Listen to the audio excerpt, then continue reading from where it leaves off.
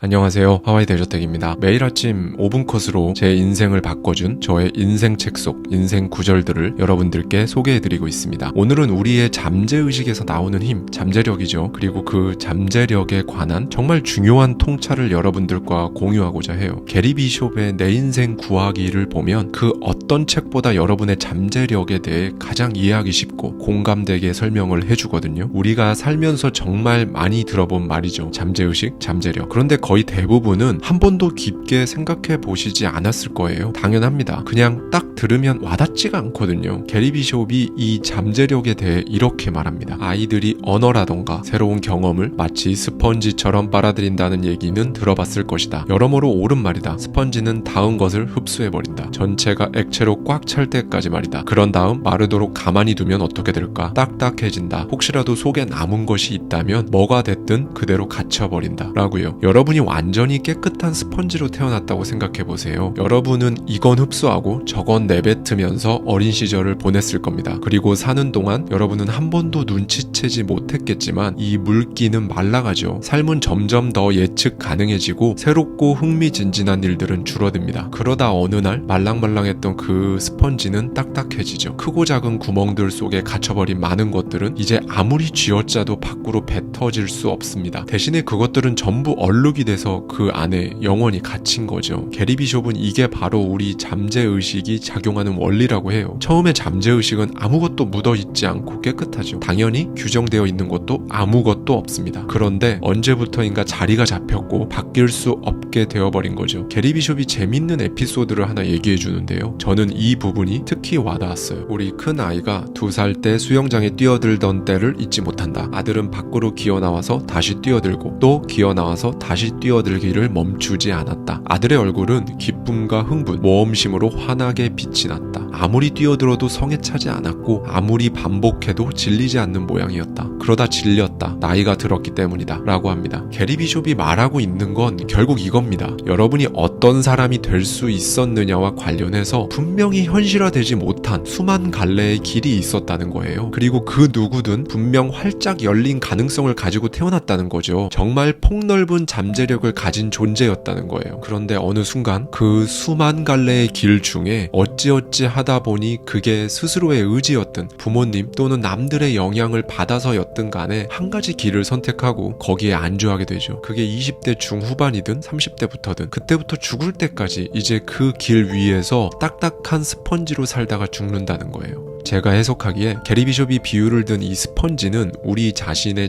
잠재의식이고요. 어린 시절 흡수하는 것들은 꿈입니다. 경험, 의지, 호기심, 해보려는 마음 같은 것들이 동반된 꿈이라고 생각했어요. 그런데 이제 우리가 사회적으로 어떤 포지션에 딱 자리를 잡게 되는 순간 그게 만족스럽든 만족스럽지 않든 보통 우리가 정착이라는 표현을 사용하게 되잖아요. 그렇게 되면서 새로운 경험을 할 기회 자체가 줄어들고 의지도 딱히 없죠. 그리고 그냥 어제 했던 거 오늘 하고 오늘 했던 거 내일 하면 되는데 굳이 뭔가 새로운 의지나 호기심 같은 것들이 생겨날 리도 만무하고요. 그리고 무엇보다 경제적인 부분이든 커리어적인 부분이든 뭔가를 새롭게 해보려는 마음도 잘 생기지 않죠. 왜냐면 이제 여기에는 리스크, 두려움 같은 것들이 개입을 하니까요. 예전에 제가 게리 비숍이 이 잠재력을 스펀지로 비유해 준 걸 공유한 적이 있었거든요. 그랬더니 한 분이 이렇게 질문을 주셨던 걸로 기억합니다. 그럼 그 굳어버린 스펀지를 어떻게 하면 다시 말랑말랑하게 되돌릴 수 있을까요? 라고요. 오늘 제가 그 대답을 드리면 우리가 어렸을 때는 내 꿈은 이라는 말을 참 많이 했잖아요. 그런데 어느 순간 안 하게 되었죠. 여러분의 꿈이 지금 다니는 회사에 들어가는 건 아니었을 거고 여러분의 꿈이 직장인은 아니었을 수 있고 여러분의 꿈이 대리나 과장은 아니었을 텐데 말이죠. 그리고 애당초 대학에 들어가는 게 꿈이 되거나 어떤 회사에 입사하는 게 꿈이 되면 안 되는 거였죠. 꿈은 그런 게 아닙니다. 말이 길어졌는데요. 꿈을 가지면 됩니다. 30대, 40대, 50대, 60대는 꿈이 없는 게 정상일까요? 꿈이 있으면 안 되는 건가요? 어떤 것이 되었든 경제적인 부분이든 개인적인 영역이든 꿈을 버리지 마세요. 꿈이라는 액체가 굳어버린 여러분의 잠재력이라는 스펀지에 다시 닿으면 말랑말랑해지는 거예요. 꿈이 있다면 몇 살이든 그거에 관계없이 다시 에너지를 얻을 수가 있거든요. 사람이 생기라는 게 생깁니다. 도끼라는 것도 더해질 수도 있어요. 사람 살아있는 거예요. 그게요. 방대한 스펙트럼의 잠재력을 지니고 태어났는데 서서히 하나의 항목으로 굳어지는 것도 모자라서 나이를 먹어갈수록 관점은 점점 더 편협하게 제한되어 가고 제약도 많아지고 어느 한 극단으로 치우친 사람이 되어버리며 늙고 죽는 거,